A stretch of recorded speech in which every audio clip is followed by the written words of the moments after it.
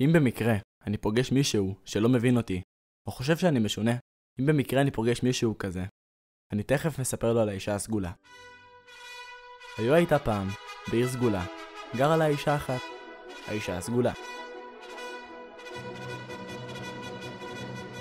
היא גרה בבית סגול, עם דלת סגולה וחלונות סגולים.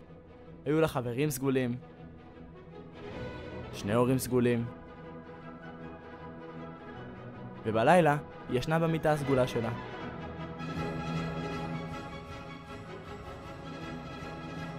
וחלמה חלומות סגולים.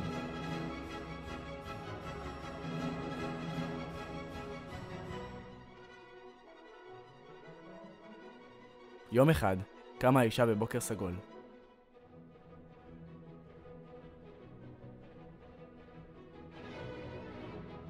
בלעה כדור סגול. נעלה נעליים סגולות. לבשה חולצה סגולה. ומכנסיים סגולים.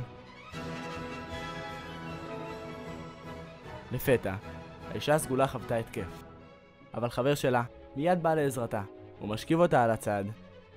שם חפץ רך מתחת לראשה. ותכף מרחיק חפצים חדים. הוא מרחיק סקרנים סגולים.